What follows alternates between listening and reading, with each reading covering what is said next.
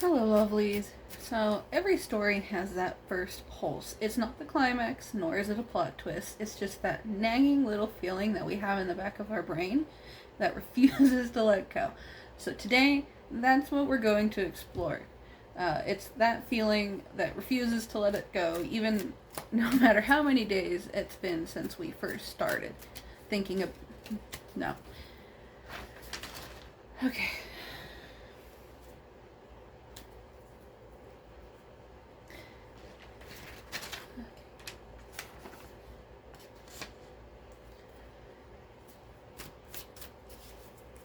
Hello, lovelies. Today, oops, we're gonna keep that card out.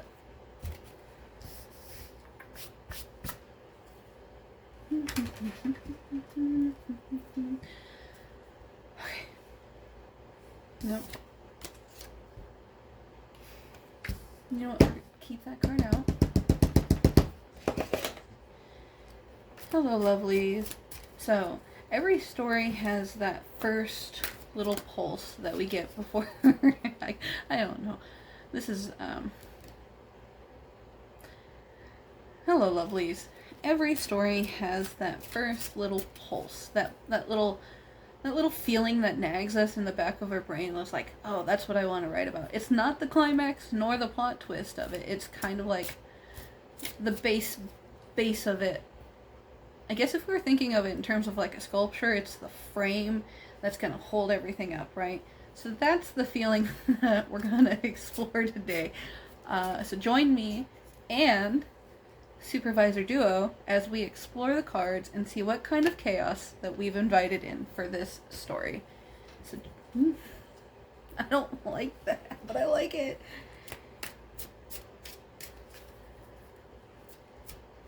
Okay.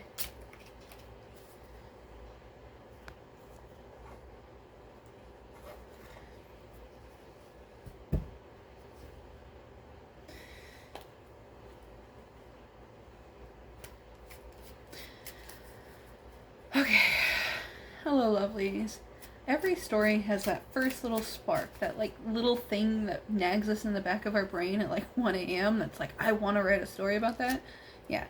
And it's not necessarily the plot twist or the climax of the story either. It's just that one little feeling that refuses to leave, right? And I'm probably repeating myself. Let's cut that. Take you off.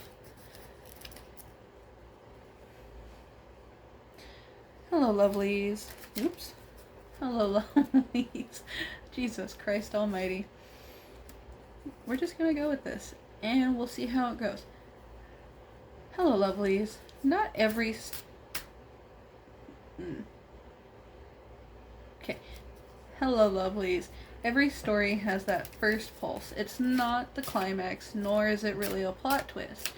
It's just that feeling that refuses to leave us alone at like 1 in the morning, no matter what we do or what happens throughout the day.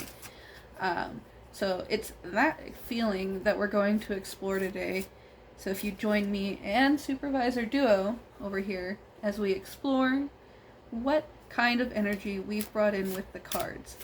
They've been shuffled, so let's see what we've done. No, fuck.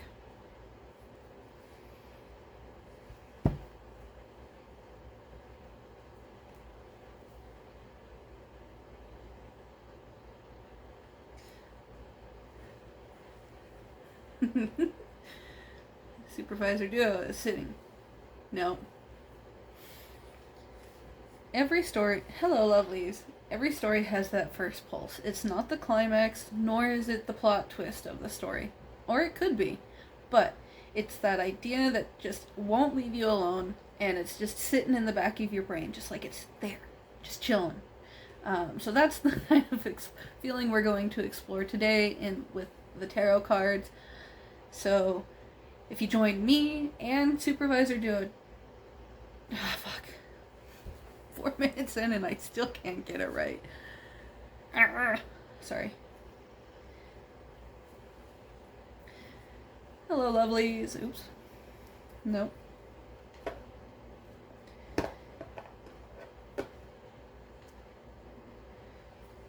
Hello, lovelies. So every story has that first pulse. It's not necessarily the climax or the plot twist of the story, but that little spark that kind of gets you hooked on the idea of writing the story.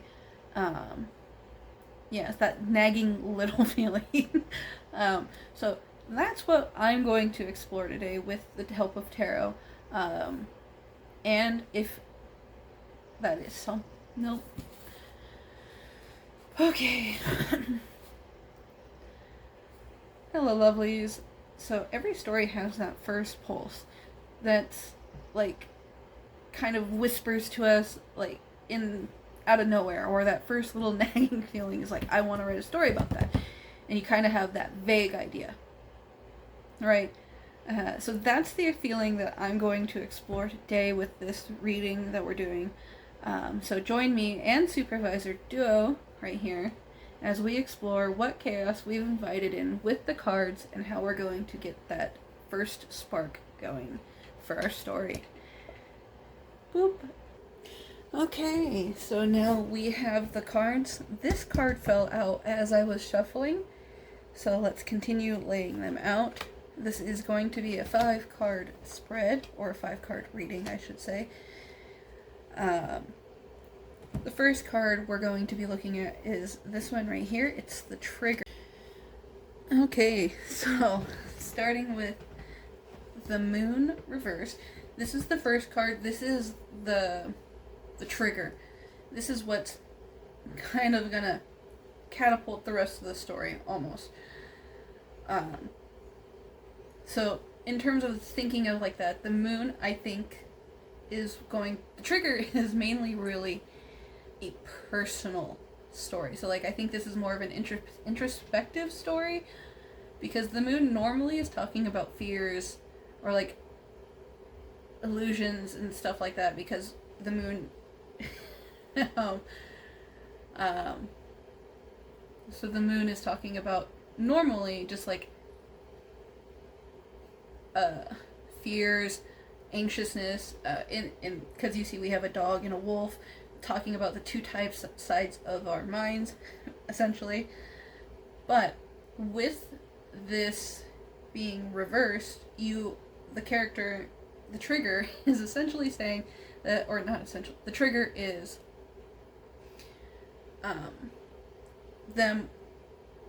the story, no, okay. Here with the trigger, this is definitely coming off as a very personal story. Like it's focusing on someone or a group of things, people, I should say, releasing or working through feelings that may have kept them trapped, like anxiousness, fears, illusions, and it's now catching up to them. They can't run away from it forever, because running was a short-term solution. And now, whatever they were running from that they wanted to shun away or shut out for that time being is catching up to them, and they have to deal with it now. So let's move on to the second card, which this is the lens, and this is who it's happening to, or the kind of person it is happening to. We have the reversed 8 of Cups. So this character, and keep in mind this is not a full character profile, this is just kind of the vibe of the character that this story would be happening to. So the 8 of Cups here in this is saying, do I stay or do I go? But it could realistically be saying that this person should be thinking of it, or is thinking of the situation that they're currently in as a, can the situation be improved, or is it a lost cause? They're the kind of person that's teetering on leaving or staying. So yeah, that's the kind of person that is. I'm gonna cut that part out. So yeah, that's the kind of lens we should be looking at this through, character standpoint, not character, just like as a no. We're starting over.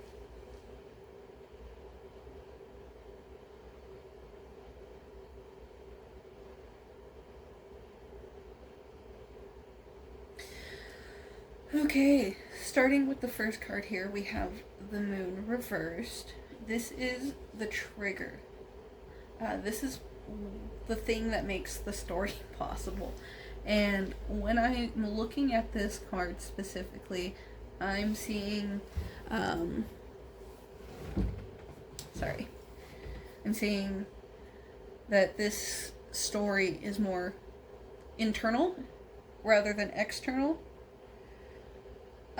And the thing here that is saying, like, kind of asking, or the thing that exists here that can't remain quiet anymore, is them running away from their feelings that have, they've been running, the feelings that they've been running away from, the things that they needed to work through to get them out of this trapped feeling, whether it be their anxiousness or their whatever fears they may have, because now this is saying that running is no longer a viable option, and they have to deal with these things that are keeping them stuck in their current spot, right? I don't know why I laughed there. Moving on to the second card in what our spark for this story. This is the lens, and this is who it's happening to, essentially. It's not a full character profile. It's more or less the perspective of the person that this story would be happening to. And with the Eight of Cups reversed here, I'm seeing a story where they're contemplating, this person is more contemplating, and they're not there because they're willing, right? They ran away from their problems to begin with, so this is probably unwillingly they're there, right? But they're there and they have to make the choice. Do they stay or do they go? It could even be, can this situation for them be improved, or is it a lost cause? So they're kind of like on the fence about a lot of things and probably unsure where to go. So they're confused. So the person here is more confused. I'm maybe not even confused. But yeah, so that's kind of what I'm getting for this person, this lens of, in terms of how we're supposed to see the story through. It's given, do I stay or do I go? Like I said before, I'm repeating myself, so let's move on to the third card. The third card is the pressure. And this card is what's going to force the action.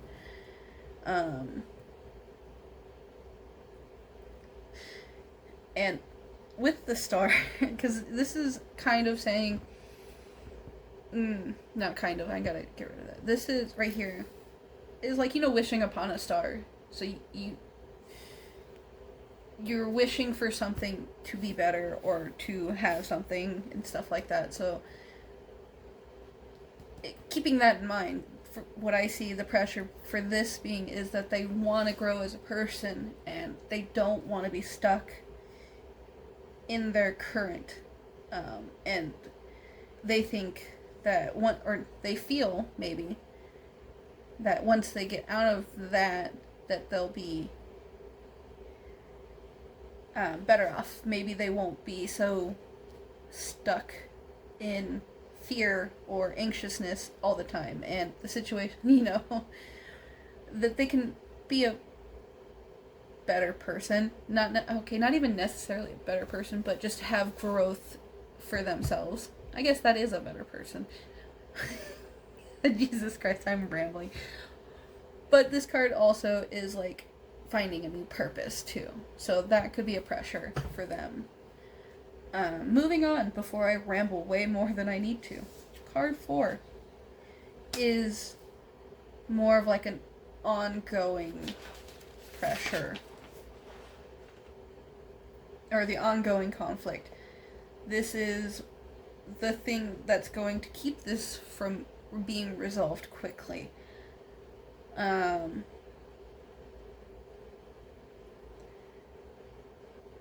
I think with this card, because this really here is just saying pretty much act now with the thing that's going, or the thing that you're trying to do. Don't do too much research or planning. Just follow your gut. And I think that's gonna why that's considered ongoing conflict is because, you know, they're still, like I said, the lens of this character is more, I don't know if I should say or should I go. So acting now, or not having to think too much into the situation or what they're doing,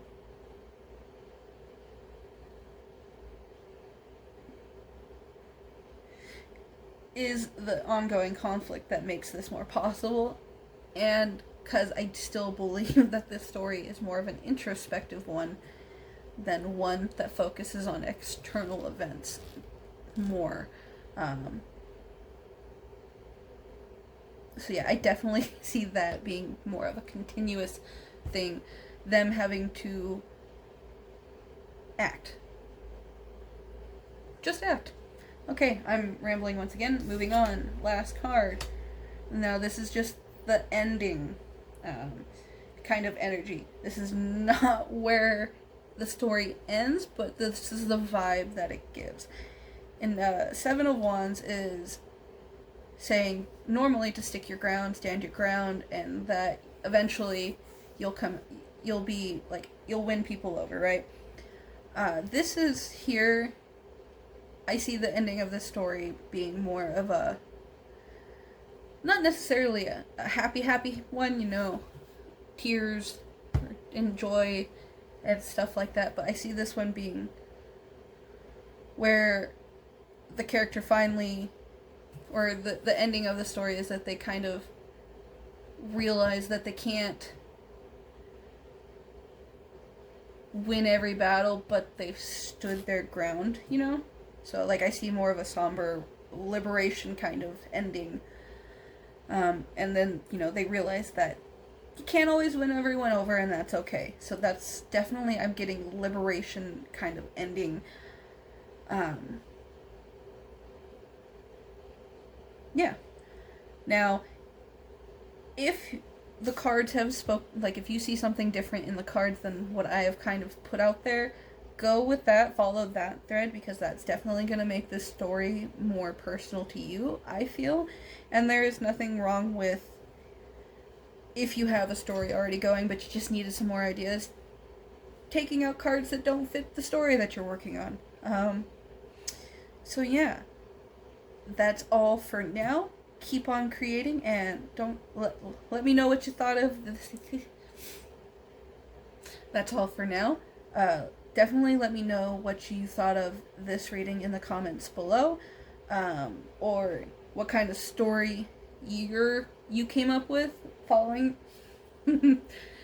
with these cards. I like to read all your comments down below. So yeah, happy creating. Much love.